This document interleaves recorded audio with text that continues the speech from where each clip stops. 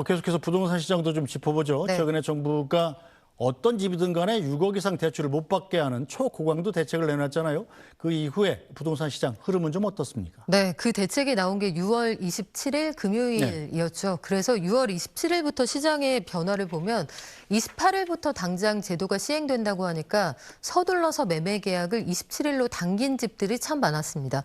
일단 서울의 그 아파트 매매 건수가 27일 하루 동안에만 212건이 이루어졌는데 네. 그 하루 전인 26일 거래 건수가 133건이었거든요. 그러니까 하루 사이에 60% 가까이 거래량이 늘어난 겁니다. 그런데 이렇게 거래를 당겨서 한 집들도 있었지만 거래 취소도 잇따랐는데요. 6월 27일부터 7월 2일 사이에 저는 도저히 잔금을 마련할 방법이 없습니다 그렇죠. 해서 취소된 계약건이 서울에서만 164건에 달했습니다. 이게 금액대별로 보면 어느 쪽이 가장 충격이 컸는지 알 수가 있는데요. 네. 계약 해제 금액대가 5억 원에서 10억 원 미만 아파트가 52건이었고요.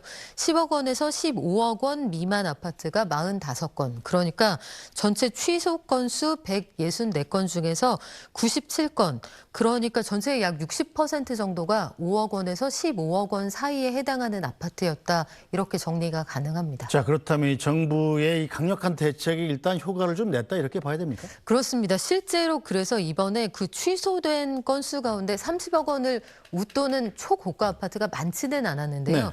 네. 27일 당일에 계약서를 썼던 2건 중에 어떤 것들이 취소가 됐냐면 27일에 서초구 잠원동의 신반포 16차 38억 원짜리 계약이 이루어졌다가 저는 대출 안 나오면 잔금 못 치릅니다 해서 그날 바로 취소가 됐고 또 32억 원짜리 송파구에서 트리지움이라는 아파트 계약이 됐다가 네. 역시 잔금을 마련할 수 없다 해서 취소가 됐습니다.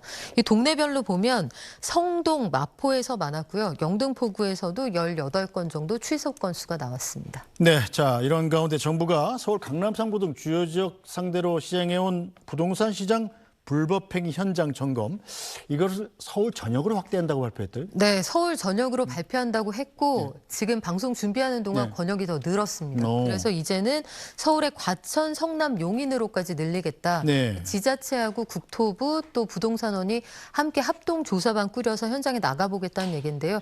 그래서 현장에서 지금 나오는 이야기들 보면 취재를 종합하면 부동산들이 문을 닫고 별도의 장소에서 거래를 하든지 네. 아니면 지금 거래 문의 자체가 뚝 끊겼기 때문에 이런 행위 자체가 필요 없는 상황이다. 이렇게 이야기하는 곳들도 있었습니다. 자, 그럼 주로 단속 대상이 뭔가요? 단속 대상이 이제 그 차입금을 은행권에서 끌어올 수 없기 때문에 네. 좀 희한한 방식으로 거래하고 있는 것 아닌가. 혹은 실제로는 가격을 낮춰서 거래하고 오가는 돈 자체는 큰 것 아닌가. 이런 것들을 단속하겠다는 건데 사실은 정부가 가지고 있는 정책 의지를 보여주는 거고요. 그런 것들은 실질적으로 계약이 이루어지고 나면 서류하고 이 차입금 조달 내역 이걸 맞춰보는 과정에서 드러나게 됩니다. 네. 자, 이재명 대통령도 오늘 취임 30일 기자회견을 통해서 부동산 시장 안정화에 대한 생각을 직접 전했습니다. 이른바 수요 억제책이 많이 남아있다는 말도 했습니다. 기존에 계획된 신도시가 아주 많이 남아있어요. 공급이 실제 안 되고 있습니다. 상당한 규모인데 새로 신도시 기획을 할 것인지에 관한 얘기였어요. 기존에 돼 있던 거에는 그대로 해야죠. 대신 속도를 좀 빨리 할 생각입니다. 속도를 빨리 할 생각이고, 그리고 제가 이제 부동산과 관련된 말씀을 좀 드리면, 이번에 대출 규제는 맛배기 정도에 불과하죠. 부동산 관련된 정책이 많아요. 예를 들면 수요 억제책, 공급 확대책 있는데 공급 대책도 꼭 신도시의 신규 택지만이 아니고 기존 택지들 재활용이나 기존 부지를 활용하는 방법도 얼마든지 있습니다. 고미로 할 수도 있고요.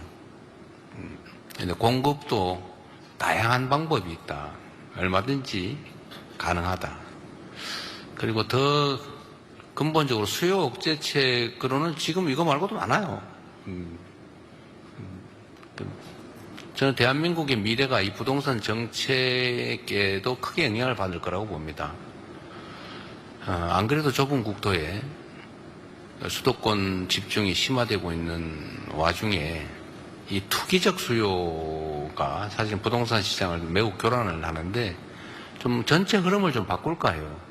뭐 제 마음대로 되지는 않겠지만 이제는 부동산보다는 금융시장으로 옮기는 게 훨씬 더 낫지 않을까 그런 생각을 좀 합니다. 또 그렇게 만들려고 합니다. 얼마든지 또 가능하고. 그리고 이제 지방 균형 발전 정책은 좀 시간은 걸리겠지만 확고하게 추진해서 지방이 더 이상 인구 소멸 또는 수도권에 또 과도하게 인구가 밀집하지 않도록 전체적인 방향을 바꿀 생각이라는 말씀을 드립니다. 공급 억제책, 그러니까 수요 억제책은 뭐 아직도 엄청나게 많이 남아있다. 이건 맛배기 정도다. 이렇게 제가 말씀을 드리고요. 공급도 좀 속도를 충분히 내면 걱정할 상황은 전혀 벌어지지 않을 거다. 이 말씀드립니다. 네, 뭐 수요 억제책, 뭐 바꿔 말하면 투기 억제책이란 말이 될 텐데 지금 6억 대출 규제가 사실은 문재인 정부 전체에 걸쳐서 나왔던 투기 억제책보다 가장 강력하다고 그랬잖아요. 네. 또 어떤 대책이 있다는 건가요? 지금 기획재정부가 가지고 있는 그 조세 정책을 네. 통해서도 세율을 높이거나 아니면 보유세, 양도세, 취득세 이런 것들을 얼마든지 달리할 수 있고 지난번에 그 정책과 관련해서 한번 말씀드린 적이 있습니다만 과거의 정부들이 백화점식으로 한 번에 나열했다면 네. 이번 정부는 정책을 팝업처럼 할 것이다 이런 말씀을 드렸죠. 금융위가 발표한 정책 가지고도 지금 시장이 굉장히 얼어붙어 있는데 안 되면 기획재정부가 세제로 한 번 나올 수 있고 국토부가 대규모 공급 대책으로 나올 수 있고 이 분야별로 아직 많은 카드가 남아있다. 이재명 대통령의 생각은 그런 것으로 읽힙니다. 자, 그런데 부동산 시장이 참 희한한 게 이 규제가 많이 나오면 많이 나올수록 더 오르는 경험이 있지 않습니까? 이번에는 어떨까요? 글쎄요, 일단은 대출이 막혀 있기 때문에 지금은 그 특히 아까 타격을 받았던 그 15억 원 전후 가격대 거래는 당분간 쉽지 않을 것으로 보이는데 오히려 그런 전망은 나옵니다. 초고가 거래가 되는 아파트에서는 여전히 신고가가 나올 가능성이 있다. 대출이 필요 없고 빌딩 시장으로 투자하려던 수요가 이쪽으로 전환이 된다면 이쪽은 그들만의 리그로 계속 가게 될 텐데 어쨌든 전반적으로 대출이 주도했던 그 레버리지 장세 자체는 좀 잠잠하지 않겠느냐. 가격대에 따라서 분리되는 시장 현상 볼 것이다. 이런 전망이 가능해 보입니다. 알겠습니다. 오늘 말씀 여기까지 듣죠. 박예미 평론가 말씀 잘 들었습니다.